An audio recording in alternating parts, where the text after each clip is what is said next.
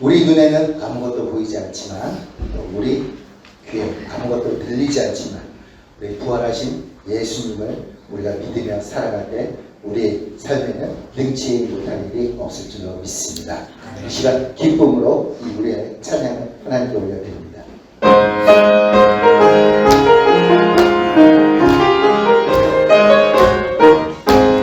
믿음의 아무 증거 안에 매여도 믿음 안에 가지고 손을 벌려 믿음의 아무 소리 안에 들려도 하나님의 약속 위에서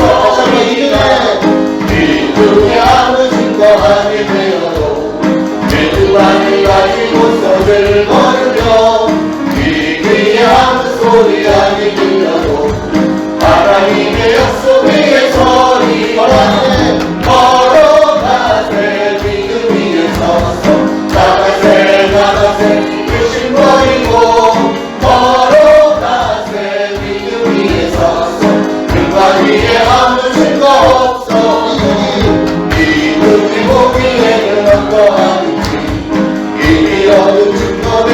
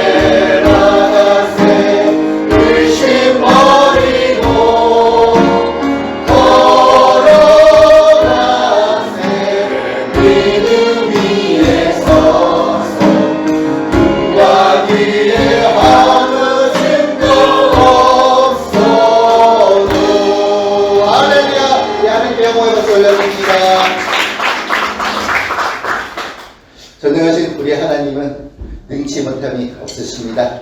믿으십니까? 아멘. 우리의 믿음이 주님의 말씀에 서서 우리가 살아간다면 우리의 꿈과 희망은 반드시 이루어질 줄로 믿습니다. 그 믿음으로 우리 함께 찬양합니다.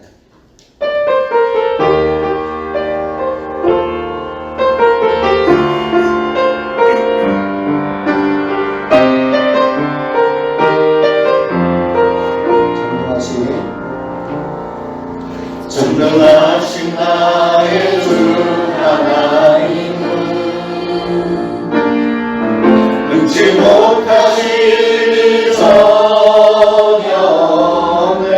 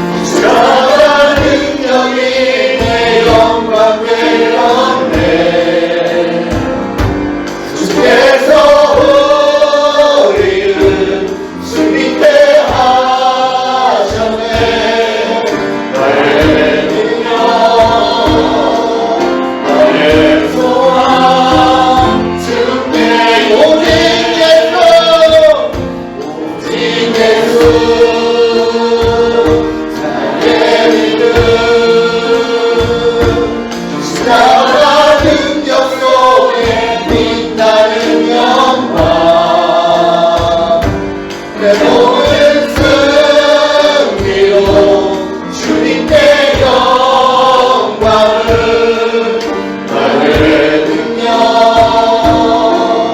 나의 소망 주께 있네 오직 예수 나의 믿음 십자가 능력 속에 빛나는 영광 내 모든 승리로 주님께 영광을 나의 능력 나의 소망 주께 우리 오직 예수 오직 예수 나의 이름 십자가 능력 속에 빛나는 영광 내 모든 승리로 주님께 영광을 나의 능력 나의 소망 주께 있네 할렐루야 우리 주님께 영광을 참 좋은 주님의 날에 주님의 전에 나오신 여러분 예수 그리스도로 환영하며 사랑합니다. 아멘. 우리 모두 일어나셔서 옆에 분들 앞뒤 분들에게 동일하게 예수 이름으로 사랑합니다. 예수 이름으로 사랑합니다. 우리 오래간만에 우리 모두 다 함께 친구가 되어요. 환영합니다.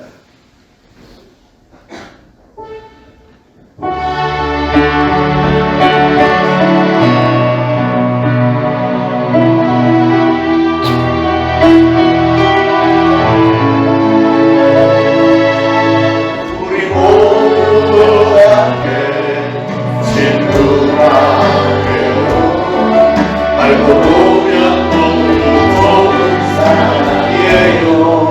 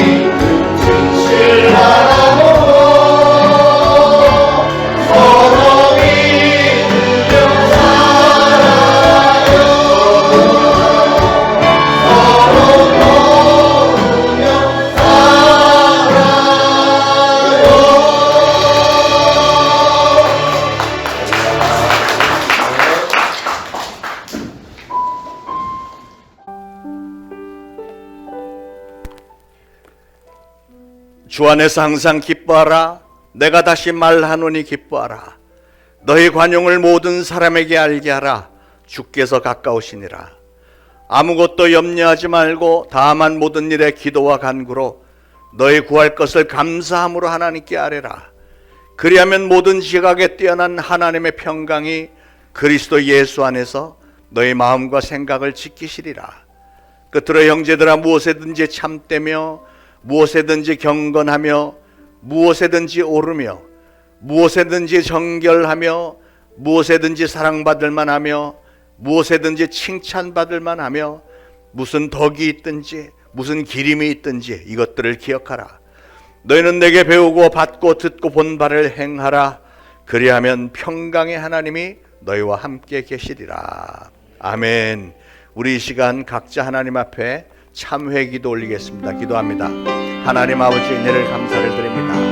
오늘도 하나님의 존전의 제를 불러주셔서 저희들이 나온 하나님의 성전에서 하나님의 이름을 부르며 하나님을 찬양하며 말씀을 듣고 기도하는 소중한 시간을 허락해 주셔서 감사합니다. 저희들은 하나님을 사랑하며 충성을 다짐하고 순종하기를 원하며 정말 우리 하나님 앞에 최고의 신앙인이 되기를 간절히 소원하는데, 그러나 이 참회의 시간만 되면 저희들이 하나님 앞에서 하나님의 거룩하신 인지 앞에서 우리 스스로를 돌아볼 때 하나님, 저희들은 죄인임을 고백합니다.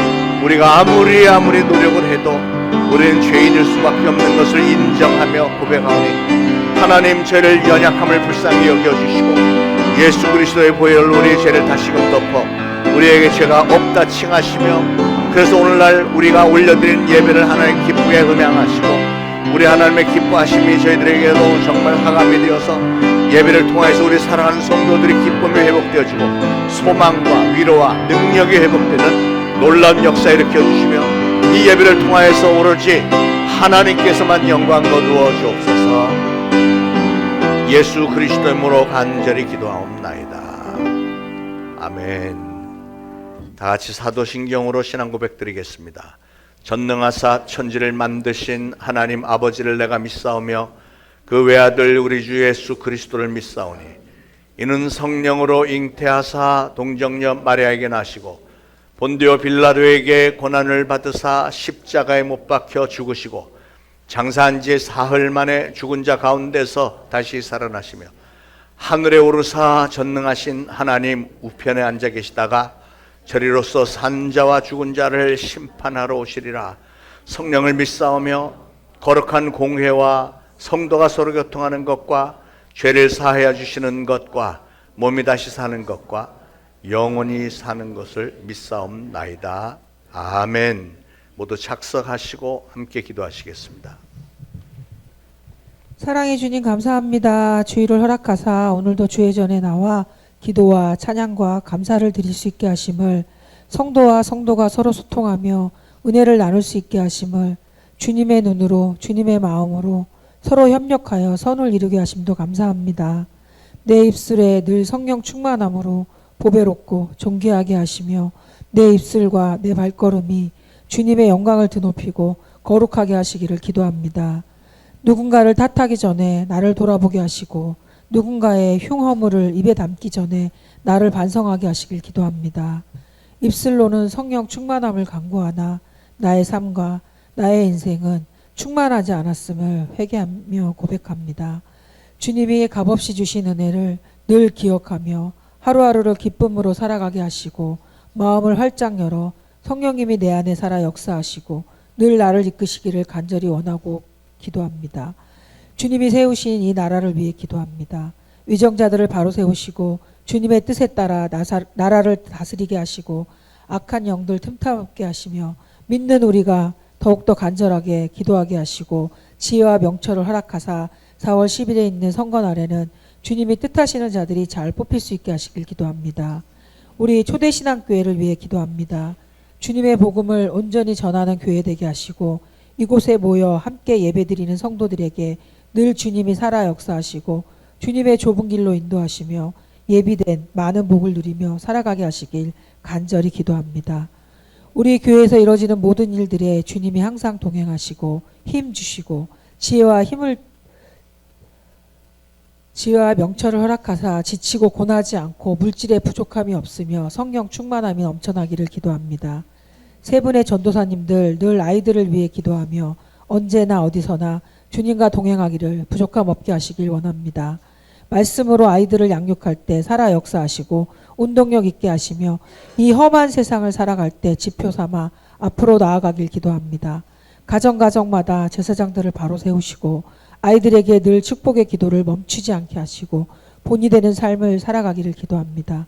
우리 아이들에게 물려줄 것이 주님을 향한 온전한 믿음밖에 없음을 깨달아 함께 나아가길 기도합니다. 말씀 전하시는 장여호수아 목사님 늘 강건케 하시고 말씀의 능력을 부으시고 더하사 은혜가 차고 넘치게 하시기를 기도합니다. 말씀을 듣고 심령이 위로받고 늘 은혜 가운데 위로받으며 주님이 부르시는 그날까지 좌절과 고난이 있을지라도 이겨내고 승리하며 평안과 평강이 있기를 기도합니다. 이 모든 말씀 우리 주 예수 이름으로 기도드립니다. 아멘.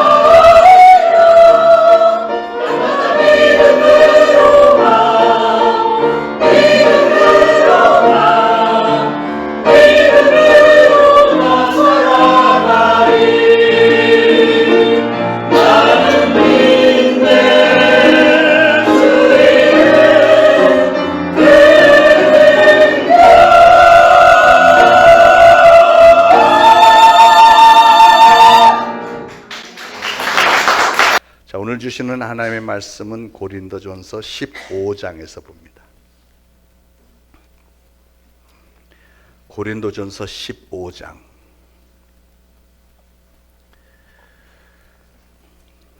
고린도전서 15장 10절 11절 다 같이 한 목소리로 봉독하시겠습니다.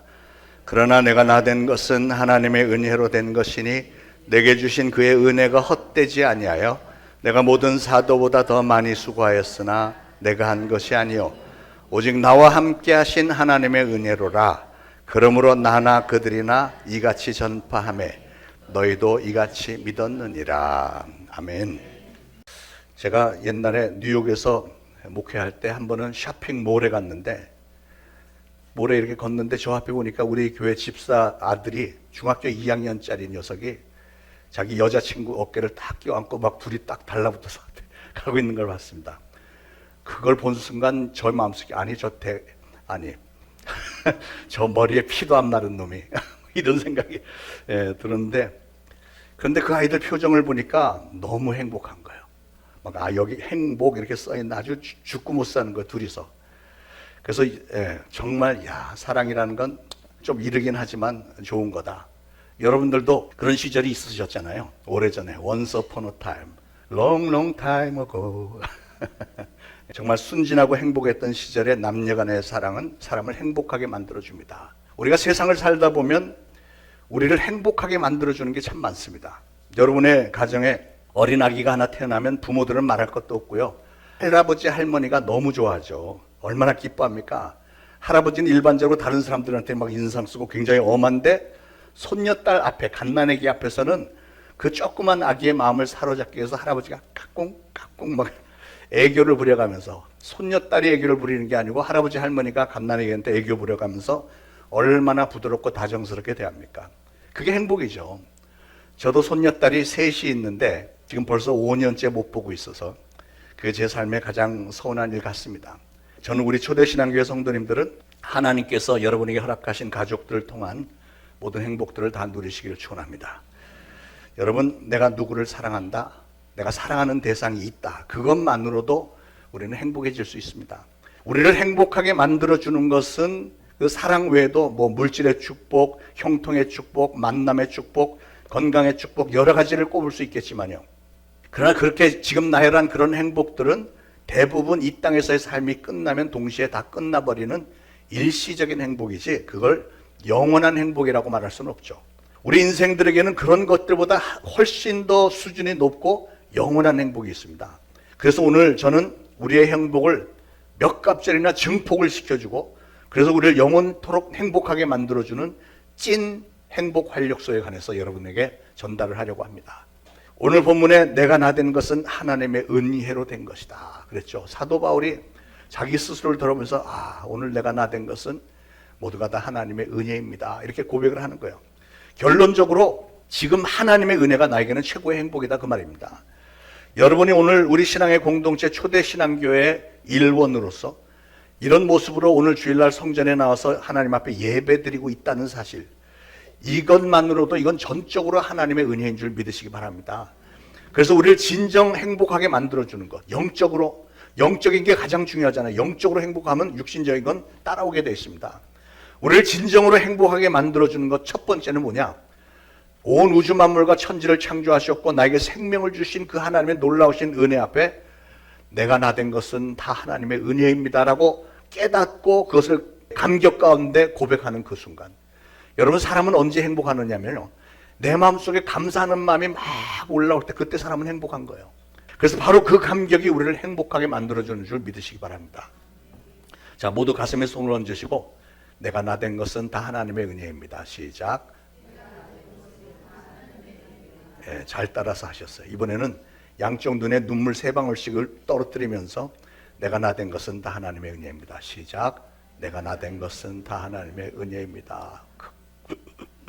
진짜로 그렇게 하면 정말 하나님의 은혜가 막 이렇게 막 스며들어요. 여러분에게 그 감격이 있다면 이제 거기서 한 걸음 더 나가서 여러분이 이 땅에 살면서 필요한 모든 것들, 즉 여러분의 건강, 가정, 우리 교회와 성도들, 또 직장, 사업장, 친지들, 이웃들, 이런 모든 걸 나에게 주신 분은 하나님이시구나. 이 하나님의 은혜를 깊이 깨닫게 될 것이고요. 그럴 때 우리는 진정 행복해질 수 있는 것입니다. 여러분, 우리 인간은 나 자신을 너무 과대평가하면 금방 교만에 빠져서 불행하게 되고요.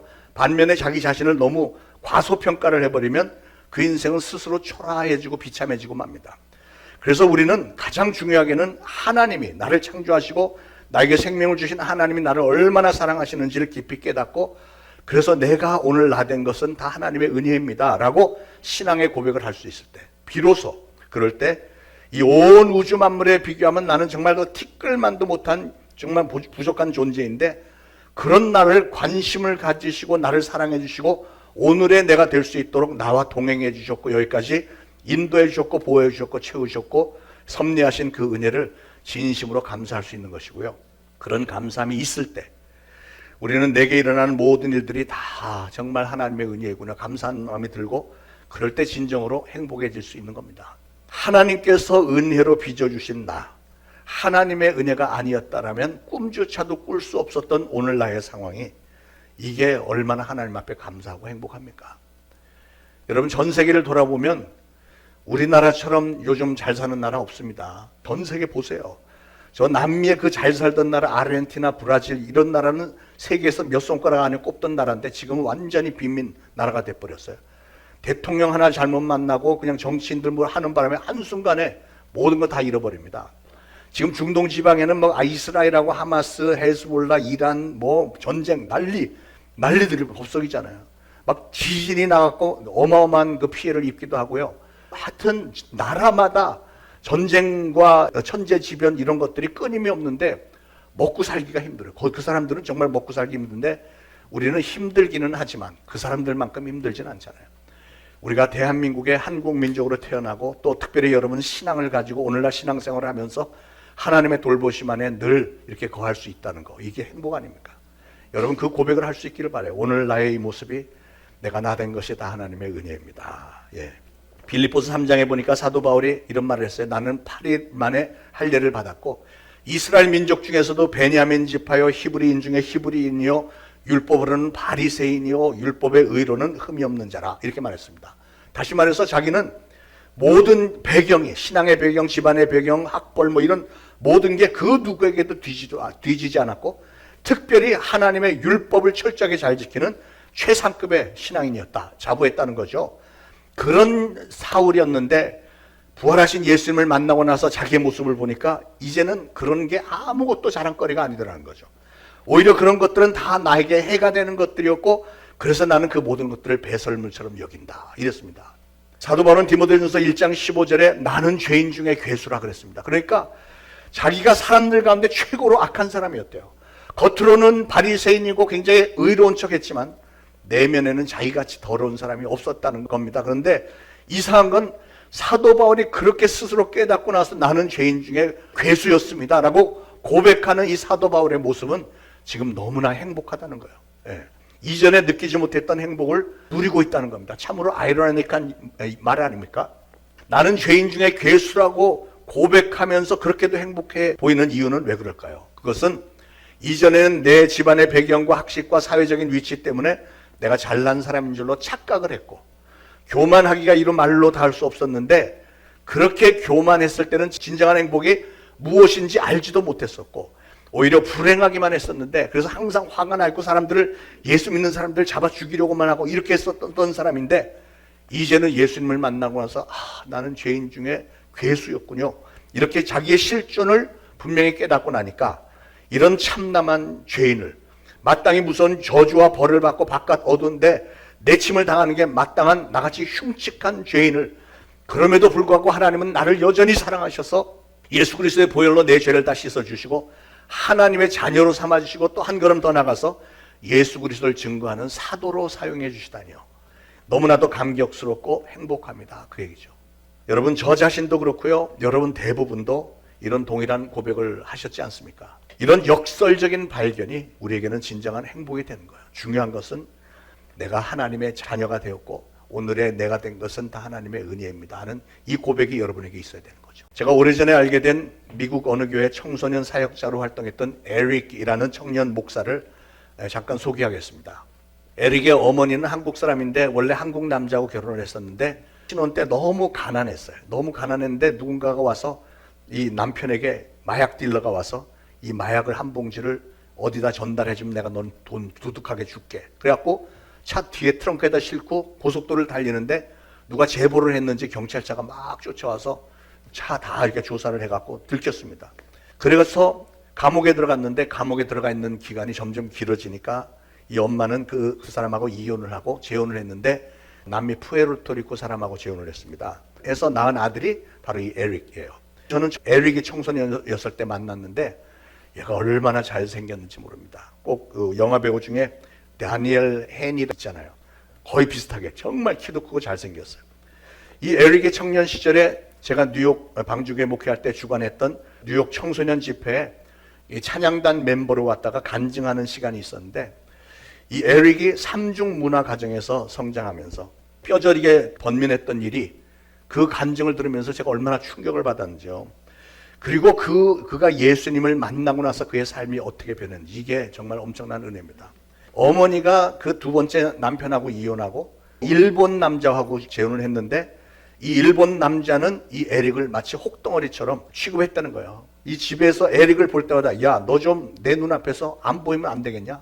저 방에 너는 좀 들어가 있어. 이래갖고 학대를 당하면서 에릭은 어린 시절 그 자기 방 안에서만 갇혀서 살았다는 거죠. 그러니까 이 에릭은 아빠가 셋입니다. 수시로 첫 번째, 두 번째 남편이 이제 찾아오고 만나고 하니까 그 아빠, 한국 아빠, 푸에르토리코 아빠, 일본 아빠 3명인데 이 3명 아빠 중 그 누구도 자기를 다정하게 대해주는 사람이 없었다는 거죠. 하나같이 다 자기를 귀찮은 벌레나 혹덩어리 취급을 해대는 환경에서 청소년기를 보냈는데 당연히 그러다 보니까 학교에서는 최고의 최악의 문제아가 됐고 늘 방황을 하고 사고를 많이 쳤습니다. 그러다 엄마를 따라 교회를 다니기 시작했고 하나님을 만났어요. 그 교회에 청소년 사역자였던 그 목사를 잘 아는데 참 잘 가르쳐갖고 얘가 에릭이 하나님을 만났고 예수님을 영접하고 하나님의 자녀가 됐어요.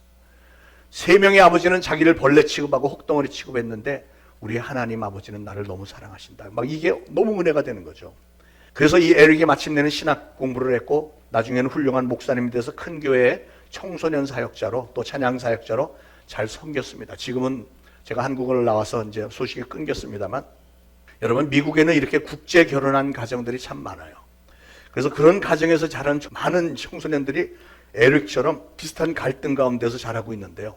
그래서 에릭은 그런 청소년들 이렇게 국제 결혼한 가정에서 태어난 청소년들에게 사명감을 느끼고 자기가 그 자리에 있었으니까 그들을 위해서 삶을 바쳐서 목회를 하고 있습니다. 그렇기 때문에 그의 고백 역시 오늘 내가 나된 것은 하나님의 은혜입니다. 하나님의 은혜가 아니었다면 내가 오늘 어떻게 이 자리에 목회자로서 그 아이들에게 내가 당했던 고난 기억하면서 그들을 정말 예수 믿고 하나님의 자녀가 될 수 있는 그런 사역을 할 수 있겠습니까? 이런 고백을 하는 거예요. 삼중 문화의 가정에서 번민 가운데 깊이 빠져서 평생을 방탕한 삶을 살 수도 있었는데 실제로 수많은 청년 소년들이 그렇게 살고 있는데요. 미국에 에릭은 예수님을 만난 후에는 오히려 자기와 비슷한 처지에 있는 청소년들을 위해서 자신의 경험을 살려서 사명감을 가지고 귀한 열매를 많이 맺고 있다는 사실이 너무 감격스럽고 행복하다는 겁니다. 저는 오늘 말씀을 준비하는 중에 그 에릭 목사를 기억하면서 신명기 33장 29절을 떠올렸습니다. 이렇게 돼 있어. 이스라엘이여 너는 행복한 사람이로다. 여호와의 구원을 너같이 얻은 백성이 누구냐. 사랑하는 여러분, 오늘 여러분에게 혹시 어떤 번민이 있습니까? 여러분의 행복을 가로막는 어떤 문제들이 있습니까? 그렇다면 오늘 여러분은 여러분이 하나님의 자녀가 되었다는 사실을 감사하시고 그것으로 인해 행복해지시길 바랍니다. 그러기 위해서는 지금 신명기 33장 29절 말씀을 참 좀 기억을 하고 고백을 해보세요. 너는 행복한 사람이로다. 거기다 나를 넣어서 나는 행복한 사람이로다. 여호와의 구원을 나같이 얻은 백성이 누구냐. 오늘 저나 여러분처럼 이렇게 하나님의 성전에 나와서 예배를 드릴 수 있는 하나님의 자녀가 되었다. 천지를 창조하신 하나님이 여러분을 그렇게 극진히 사랑하시고 이제는 여러분에게 사명도 주시고 여기까지 여러분의 인생을 인도해 주신 겁니다. 이게 얼마나 감사한 일입니까? 오늘 내가 나된 것은 진정으로 하나님의 은혜인 줄 믿으시기 바랍니다. 그게 바로 여러분의 영적인 첫 번째 행복해지는 비결입니다. 자, 두 번째 비결은 여러분의 삶에서 일어나는 일들, 크고 작은 사건들을 여러분 사람의 시각이 아닌 하나님의 시각에서 잘 해석하는 게 중요합니다. 하나님은 왜 이런 일을 나에게 일으키셨을까? 이걸 깨달아야 되는 거예요. 오늘 뒷부분에 보니까 내게 주신 그의 은혜가 헛되지 아니하여 내가 모든 사도보다 더 많이 수고하였으나 내가 한 것이 아니요 오직 나와 함께 하신 하나님의 은혜로라. 바로 여기에 행복의 비결이 들어있습니다. 하나님의 은혜를 깊이 묵상을 하다가 사도 바울이 뭐를 깨닫게 됐냐면 나를 향하신 하나님의 독특한 계획이 있구나. 그게 뭐였냐면 하나님은 사도 바울을 통해서는 이방인들에게 전도하는 계획이 있었던 거죠. 그래서 하나님은 나를 이런 독특한 계획, 이방인들을 위해서 사명을 주셨구나 깨닫게 되는 거예요. 내가 예수님을 만나고 나서 그 놀라운 은혜를 깨닫고 나니까 나는 예수 그리스도를 증거하는 사도로 불러주심 앞에 너무 감격스러워서 그 부르심에 순종해서 여기저기 미친 듯이 다니면서 그 소아시아 지방 유럽까지 다니면서 열심히 전도하면서 여기까지 달려왔는데 지내놓고 보니까 자기가 그렇게 할 수 있었던 것은 자기의 능력은 하나도 아니었고 하나님이 그렇게 해주신 것이었다. 이 고백을 하는 거예요. 이제는 나를 향하신 하나님의 뜻을 알겠다는 겁니다. 내가 수고하고 했으면서 열심히 달려서 이만큼 보람 있고 정말 소중하고 영원한 가치가 있는 인생의 작품을 만들어낼 수 있게 된 것이 나는 도저히 꿈도 꾸지 못하던 일이었는데 지내놓고 보니까 내가 한 게 아니고 하나님의 계획과 섭리와 인도하심 가운데 하나님 나에게 놀라운 상급과 축복을 받게 해주시려고 우리에게 나에게 그런 기회를 주셨고 열정도 주셨고 열매 맺을 수 있도록 도우시고 역사해 주셨고 이 모든 것이 하나님의 은혜로 다 이루어진 것입니다. 그 고백이에요.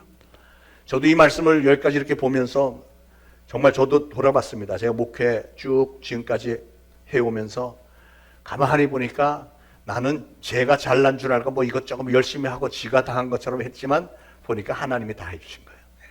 특별히 최근에는 우리가 필리핀 단기 선교 가면 한 30-40명 이렇게 인솔해서 가는데 사실 외국에 그 많은 사람들 인솔에 가서 뭐 집회를 하고 그 온 사람들에게 은혜 끼치고 막 돌아오는 게 인간의 힘으로 되는 게 아니잖아요. 이게 변수가 굉장히 많은데 비행기 스케줄 짜는 것도 그렇죠. 거기서 관광버스 대절해서 수양관 가야 되고 수양관도 미리 예약해야 되고 또 거기 참석하는 사람들 다 섭외해서 다 참석하고 거기 봉사자들 오게 하고 하여튼 이 집회 기간 종일 내내 필요한 물건들 다 제공하고 이게 타이밍이 아구가 맞지 않으면 다 무너져 버리는데 하나님의 은혜 가운데 이게 착착착착착 다 진행이 되잖아요. 끝나고 나면 거기 참석한 수많은 사람들이 절반 이상은 목회자들인데 우리 같이 간 성도들이 강사로 하잖아요. 강사로 사실은 그들은 영어를 쓰지만 사실은 그 사람들도 영어가 100% 되지 않지만 영어를 알아들으니까 우리가 영어로 하는데 우리가 남의 나라에 가서 영어로 해서 하는데 은혜를 받는 게 쉬워요? 근데 전부 다 은혜 받고 막 뒤집어지고 막 울고 불고 웃고 날뛰고 막 이렇게 하잖아요. 이게 꼭 우리가 한 것 같았지만 지내놓고 보니까 하나님이 다 하시는 거예요. 하나님은 우리의 정성을 좋게 여기시기 때문에 우리를 통해서 모든 일을 이루신다고 하는 겁니다. 우리 초대신앙교회가 여기까지 올 수 있었던 것도 물론 우리가 열심히 한 것도 있지만 우리의 정성을 좋게 여기신 하나님의 은혜인 줄로 믿으시기 바랍니다. 여러분 이 세상에 쉬운 일이라는 것은 없습니다. 특히 믿는 성도들에게 쉬운 일은 없습니다. 하나님의 나라를 세워가는 일은 절대로 쉽게 되지 않습니다. 여러분의 가정도 마찬가지고요. 교회를 건강하고 든든하게 세워나가는 일 다 마찬가지입니다. 왜 그런지 아세요? 왜냐하면 악한 마귀가 아직도 눈이 시뻘겋게 뜨고 살아있기 때문에 마귀는 우리 가정을 깨뜨리려고 하고 교회를 깨뜨리려고 하고 사람들 이간질시키고 싸움질시키고 막 이런 걸 계속 하기 때문에 우리의 삶 속에는 역경과 환난이 고난이 반드시 있게 돼 있어요. 하나님을 믿고 따르면 이런 고난 같은 게 없어야 될 것 같은데 이때니까요. 왜냐하면 마귀가 살아있으니까 우리를 계속해서 공격해야 되는 거예요. 그러나 우리 하나님은 우리를 딱 돌보아 주시기 때문에 그런 고난과 환난 이길 수 있게 해주시는 줄 믿으시기 바랍니다. 성경을 보세요. 성경에도 보면 골리앗이 있었기 때문에 다윗이 골리앗을 무찌르는 바람에 높임을 받게 됐고요. 사울 왕이 다윗을 미워하면서 다윗을 죽이려고 쫓아다녔잖아요. 군대를 풀어서 13년간 다윗을 쫓아다녔고 다윗은 13년 동안이나 그냥 들판으로 굴러 다니면서 숨어 지내는 동안에 그런 과정이 있었기 때문에 다윗은 위대한 왕이 될 수 있었던 거죠. 사울 왕이 없었더라면 다윗이 그렇게 위대한 왕이 됐겠어요? 바벨론의 느부갓네살 왕이 유다의 나라를 침략하고 그 유대인들을 포로로 끌고 갔기 때문에 다니엘의 세 친구 사드락, 메삭, 아벳느고가 바벨론에 가서 귀한 사역을 감당할 수 있었던 거죠. 요셉의 10명의 형들이 요셉을 그렇게 미워했고 요셉을 그렇게 죽이려고 우물에 던졌다가 결국은 노예 상인에게 팔아먹었기 때문에 요셉은 그렇게 위대한 업적을 남길 수 있었잖아요. 애굽으로 팔려갔다가 그 시위대장 보디발의 집에 그 종으로 팔려갔지만 그 미세스 보디발이 유혹하는 것을 다 물리치고 그랬을 때 그 요셉을 모함했던 그 미세스 보디발이 있었기 때문에 요셉은 감옥에 들어갈 수 있었고요. 그가 감옥에 들어갔기 때문에 마침내는 애굽의 총리가 될 수 있었다고 하는 사실입니다. 그러니까 이런 고난과 환란이 있었기 때문에 이런 그 후에 오는 영광이 있는 법이에요.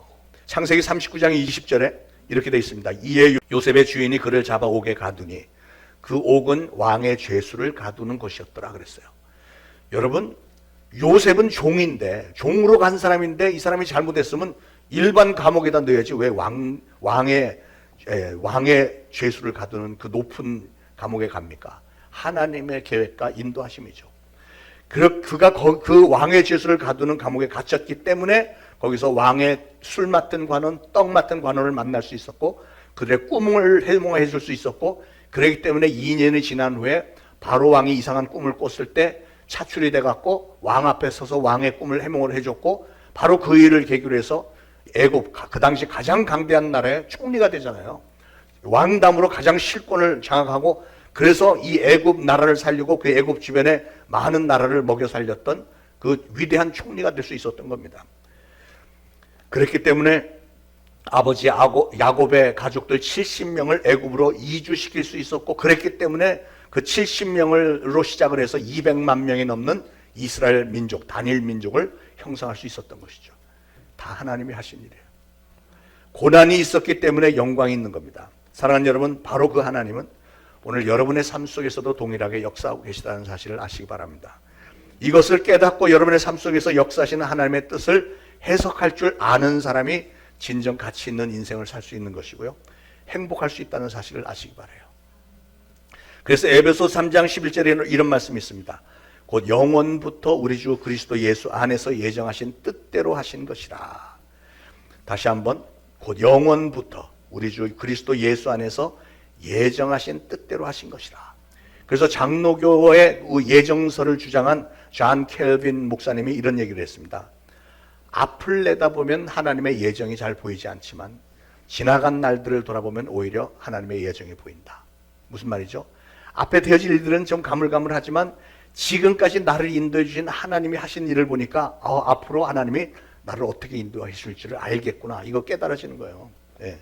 그러므로 사랑하는 여러분, 여러분의 지난 날들을 돌아보면서 하나님은 그래서 이런 과정을 통해서 나를 여기까지 인도하셨구나, 그러므로 앞으로 나의 인생이 이렇게 펼쳐지겠구나 하면서 하나님의 뜻을 제대로 해석할 줄 아는 분이 진정 행복한 분인 줄 믿으시기 바랍니다. 저는 여러분에게 그런 하나님의 놀라운 지혜와 말씀의 지식과 영 분별력이 넘치게 되기를 축원합니다. 여러분이 오늘 부족하다고 생각하는 것, 그래서 때로는 원망스럽기까지 한 일이 오히려 감사하게 여겨질 날이 분명히 올 것입니다. 그래서 고린도후서 12장 9절에 바울은 이렇게 말했습니다. 나에게 이르시기를 내 은혜가 네게 족하도다. 이는 내 능력이 약한 데서 온전하여짐이라 하신지라. 그러므로 도리어 크게 기뻐함으로 나의 여러 연약한 것들에 대하여 자랑하리니 이는 그리스도의 능력이 내게 머물게 하려 함이라. 이런 말씀했어요. 여러분, 사도 바울이라는 사람은 사실은 키가 아주 작았고요, 못생겼고 이렇게 막 자유롭게 생겼고 말도 어눌했고 굉장히 설교를 잘 못했다 그랬어요. 외모는 별로 볼 게 없었던 사람입니다. 그 반면에 사도 베드로는 멋있고 키도 크고 막 수염도 멋있게 나고 목소리도 찌렁찌렁해갖고 한번 설교를 하면 막 4,000명씩 막 회개하고 돌아오는 그런 막 놀라운 역사. 수많은 사람들이 베드로가 외치면 막 옷을 찢으면서 통곡하면서 회개하고 하나님의 성전으로 나오고 했잖아요. 그런데 사도 바울은 그렇게 대단한 설교가가 아니었어요. 그래서 사도 바울의 행적을 보면 바울은 가는 데마다 사람들이 많이 모이지 않습니다. 가면 그냥 몇 사람 모였는데 바울이 가서 이렇게 자꾸 하면 몇 시간 또는 며칠 그냥 계속 붙잡고 전도해서 한 사람 구원시키고, 저기 가서 뭐 한 며칠 몇 주 가서 또 한 사람 만나서 겨우 한 사람 구원시키고, 그래야만 겨우 한 사람씩 열매가 맺어졌어요. 그래도 바울은 끊임없이 쉬지 않고 그냥 오랜 세월을 그렇게 했고, 근데 바울은 뭐를 잘했냐면 편지를 잘 썼어. 편지. 자기가 만난 사람들, 자기가 복음 전하는 사람들에게 편지를 써서 신앙생활을 이렇게 하는 거야 하고 편지를 보내준 게 바로 우리가 읽는 성경이 된 거잖아요. 고린도 사람들에게 보낸 편지가 고린도 전서, 고린도 후서, 갈라디아 사람들에게 보낸 편지가 갈라디아서, 뭐 에베소 사람에게 보낸 편지가 에베소서 이렇게 잔뜩 우리가 보고 있는 성경을 바울이 다 이렇게 쓴 거예요. 그래서 바울은 복음의 편지를 통해서 엄청난 열매를 맺었죠. 예. 그런 위대한 사도가 장가를 못 갔어요. 예, 장가를 본인은 장가를 안 갔다 그러지만 제가 보기에는 못 간 게요. 외모가 현찮아 갖고. 예, 믿습니까? 나중에 바울을 만나면 야단 맞을지도 모르겠네. 그러나 장기적으로 볼 때 베드로가 엄청나게 보였지만 베드로가 맺은 열매보다는 사도 바울이 맺은 열매가 월등하게 컸습니다. 지금 이 선교의 사역을 해갖고 바울의 선교를 통해서 복음이 전 세계에 퍼진 거잖아요. 예. 그랬기 때문에 사도 바울이 이런 얘기를 한 거예요. 내 능력이 약한 데서 온전해졌다. 내가 약했더니 그리스도의 능력이 내게 머물렀다. 이렇게 얘기한 거예요. 그러니까 내가 무슨 능력이 있는 게 중요한 게 아니고 하나님이 나와 함께 하시는 게 이게 중요한 거예요. 예. 우리 대통령들 중에 김씨성을 가진 장로님 대통령이 있었죠. 그분에게 재미있는 일화가 있었는데 한 번은 빌 클린턴 미국 대통령과 만나는 자리가 있었는데 이게 100% 사실은 아닌 것 같아요. 좀 재미있게 만들기 위해서 좀 얘기가 이렇게 추가가 된 것 같은데 그냥 들어보시기 바랍니다.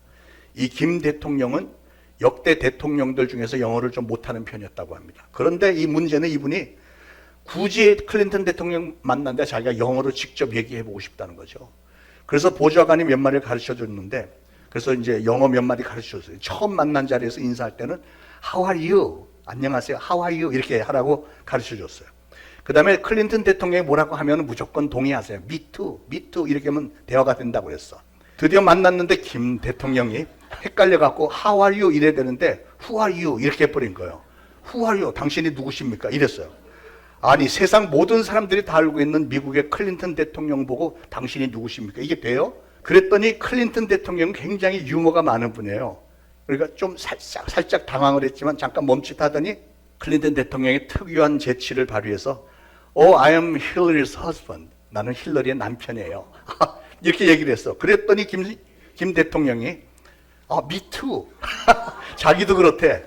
야, 그랬더니 클린턴 대통령이 얼마나 무섭겠어요. 막 그러더니 친해졌어.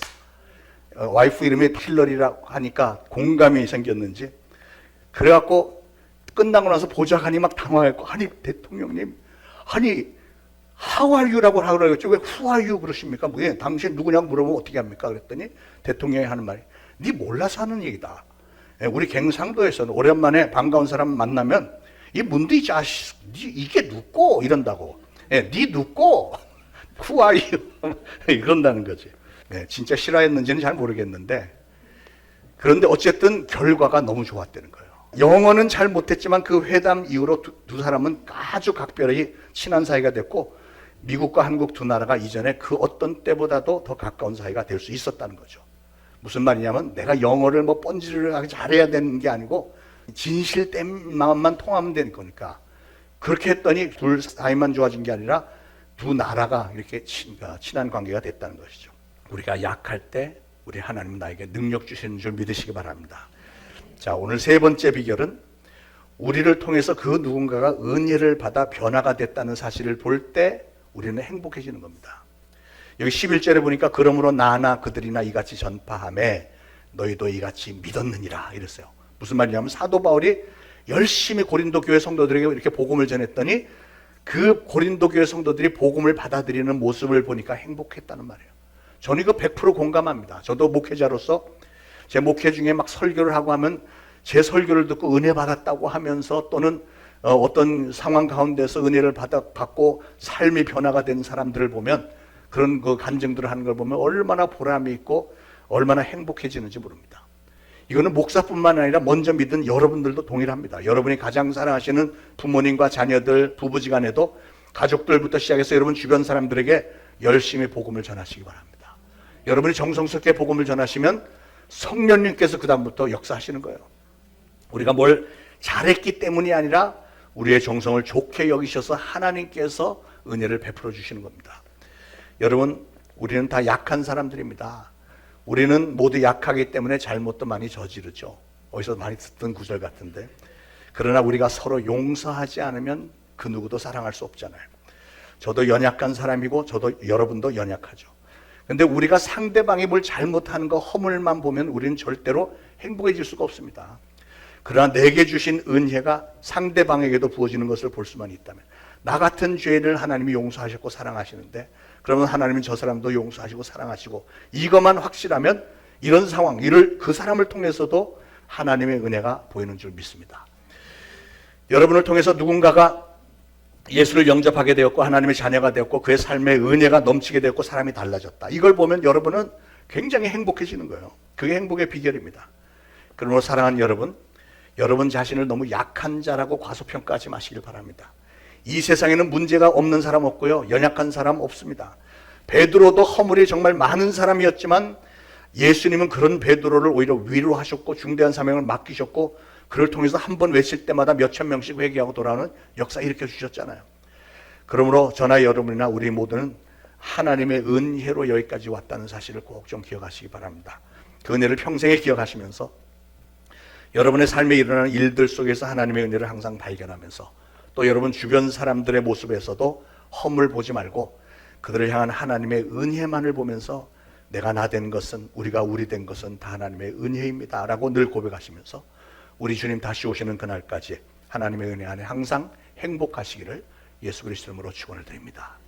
기도하겠습니다. 하나님 감사합니다. 오늘 주신 말씀대로 내가 나 된 것은 다 하나님의 은혜입니다. 그 은혜를 평생 기억하면서 우리 삶에 일어나는 일들 속에서 항상 하나님의 은혜를 발견하면서, 또 주변 사람들의 모습에서 이제는 허물은 나무라지 말고 그들을 향한 하나님의 은혜만을 보면서 우리 주님 오시는 그날까지 항상 하나님의 은혜 안에 진정한 행복한 성도들이 되도록 성령님 도와주옵소서. 예수 그리스도 이름으로 간절히 기도합니다. 아멘. 자, 준비하신 예물을 바치실 때 오늘은 특별히 6구역에서 특별 찬송해 주십니다. 은혜의 시간이 되길 바랍니다.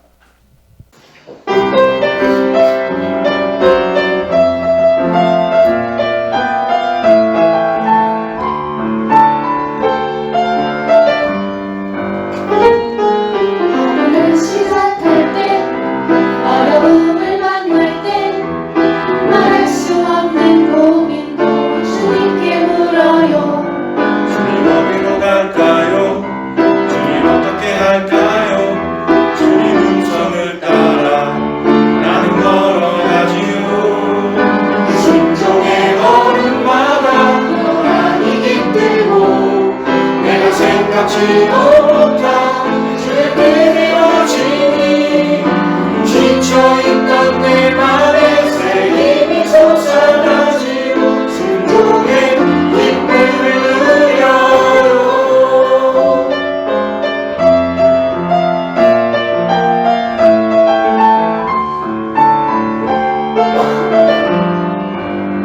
하루를 시작할 때, 어려움을 만날 때, 말할 수 없는 고민도 주님께 물어요. 주님 어디로 갈까요? 주님 어떻게 할까요? 주님 음성을 따라 나는 걸어가지요. 순종의 걸음마다 멍하니 깃들고 내가 생각지도 못한 주의 그리워지니 지쳐있던 내 맘에 새 힘이 솟아나지요. 순종의 기쁨을 누려요. 순종의 기쁨을 누려요. 순종의 기쁨을 누려요. 누립시다. 네, 감사합니다. 기도하겠습니다. 하나님 감사합니다. 우리 하나님께서 특송도 기쁘게 받으신 줄로 믿습니다. 오늘 우리 주님의 전에 나와 예배드리면서 예물 바치오니 우리 하나님 좋게 여기시고 예물 축복하셔서 주님의 몸된 교회 세워나가며 사역을 감당할 때 행여나 물질의 부족함으로 주님의 일을 감당하지 못하는 일은 일어나지 않도록 부어주시기 원합니다. 바친 손길들 하나님 꼭 기억하셔서 언약하신 바대로 30배, 60배, 100배 결실 있게 하시고 각 가정들마다 생업을 축복하시고 가족들 건강 중에 붙들어 주시고 하늘의 지혜와 능력 나타나게 하시고 어디 가서 무엇을 하든 항상 사랑하는 성도들 머리가 되게 하시고 위에 있게 하옵소서. 예수 그리스도 이름으로 간절히 기도합니다. 아멘. 자, 교회 소식 알려드립니다. 시간상 두 번째 중요한 광고는 이번 돌아오는 토요일 날 전교인 야유회를 갑니다. 원래는 5월 중순경 생각하고 있었는데 이번 주간에 꽃들이 막 만발하는 걸 보면서 이거 시간 놓치면은 좋은 시절 다 지나겠다. 그래서 부랴부랴 결정했습니다. 장소는 파주 벽초지 수목원인데 이번 토요일 10시 30분에 관광버스 대절했습니다. 10시 30분에 요 앞에 큰 길에 버스 정류장에 버스 와 있을 텐데 10시 반에 타시면 되고요. 그거로는 모자라니까 이제 교회 봉고차하고 봉고차 가신 분들도 아마 한 두어 분은 같이 가셔야 될 것 같은데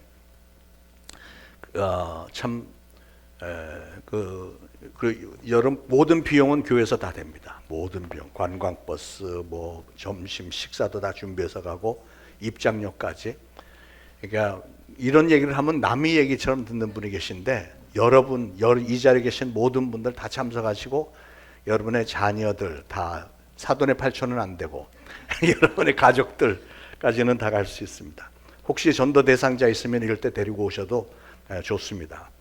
그 대신 우리가 인원을 파악해야 되니까 버스 자리가 모자라면 한 대 더 대절해야 될지도 모르고, 그러니까 화요일까지 각 구역장님들은 화요일까지 각 구역장님들에게 다 보고하시고 화요일까지 조경자 권사님에게 보고를 해주시면 인원 우리가 확인해서 차도 준비하고 음식 준비해 가는 것도 숫자를 알아야 맞출 수 있으니까 협조해 주시기를 부탁을 드립니다. 구역에 속해 있지 않은 분들은 그냥 아는 분에게 얘기하시면은 그 구역 아무 구역에나 그냥 넣어드릴 테니까 그 구역 이름으로 그냥 신청하시면 될 것 같습니다. 아시겠죠?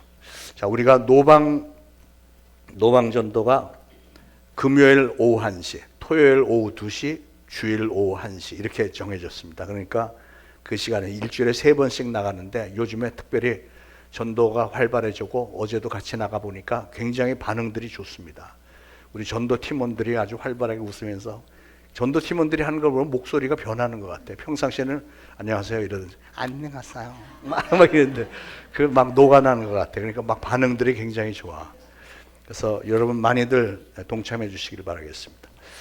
자, 모두 일어나셔서 찬송가 304장 1절만 부르시고 축도 예배 마치겠습니다.